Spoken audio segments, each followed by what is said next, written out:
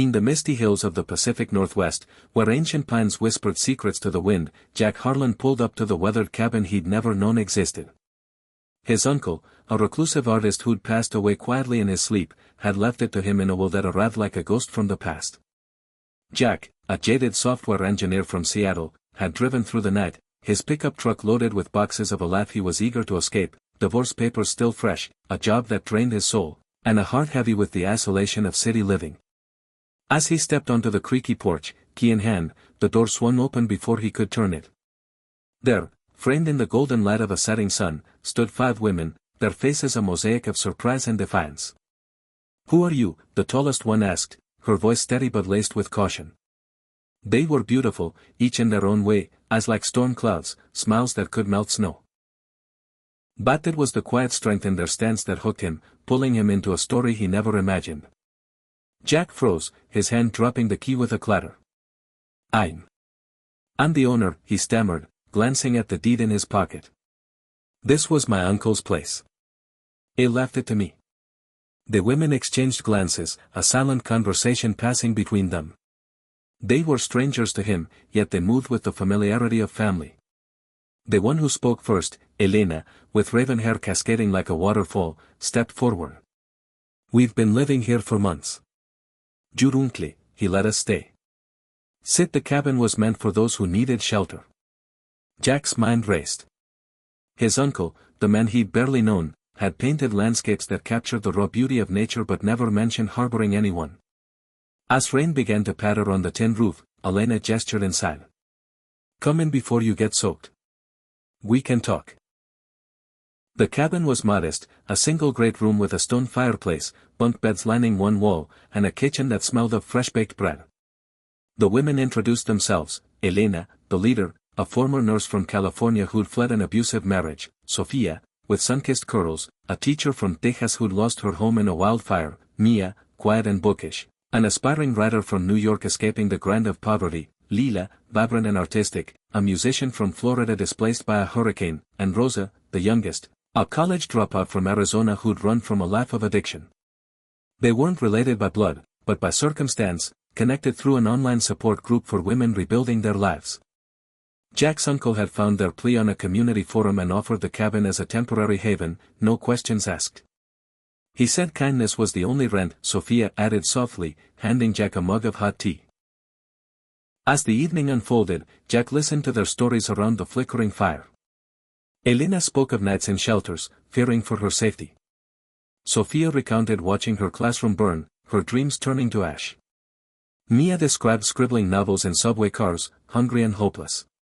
Lila played a gentle melody on her guitar, her voice cracking as she shared how the storm had swept away her instruments and her spirit. Rosa, eyes downcast, admitted to the pull of old habits, how the cabin's peace had been her first real chance at sobriety.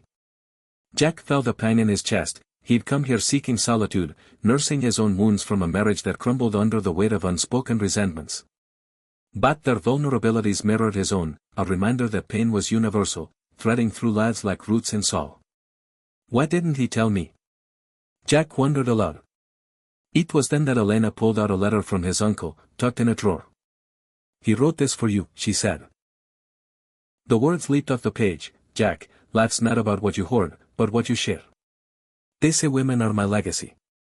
Handle them with care." The unexpected turn came that night as thunder rattled the windows. Jack couldn't sleep, his mind swirling with doubt. He'd planned to sell the cabin, use the money to start over in some anonymous condo.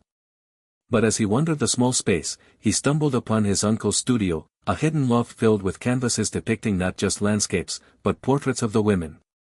Each painting captured their essence: Elena's resilience, Sofia's warmth, Mia's introspection, Lila's joy, Rosa's fragility.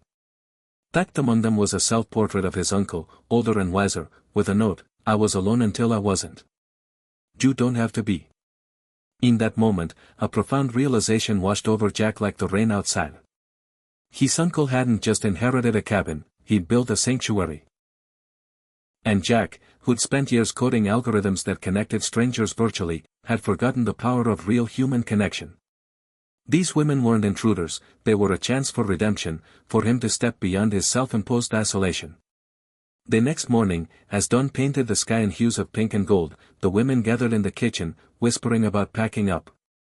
They assumed Jack would reclaim his property, send them scattering like leaves in the wind. "We'll figure it out," Elena said, her voice brave but brittle. Jack entered, his face etched with determination. "Wait," he said, his heart pounding. "You asked last night if I could handle all 5 of you." It paused, meeting each pair of eyes. "The truth is, I don't know if I can. But I want to try." The room fell silent. A explained his plan. He'd move in, but not to displace them, to join them. With his tech skills, he could set up remote work, teach them coding if they wanted, turn the cabin into a cooperative haven. He'd use part of his savings to expand the space, add solar panels, create a garden. "This place isn't just mine," he said, voice thick with emotion. "It's ours. If you'll have me." Tears welled in their eyes as the emotional climax built. Rosa stepped forward first, hugging him fiercely. "You're serious?" she whispered. One by one, they embraced him, their gratitude a tidal wave that shattered the walls around his heart.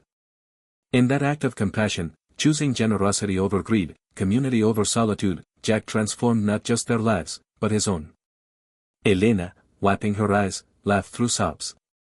"Your uncle would be proud." They spent the day planning, laughter echoing as they shared dreams, Sophia starting an online school, Mia publishing her book, Lalo recording music, Rosa pursuing therapy certification, Elena opening a clinic for the underserved.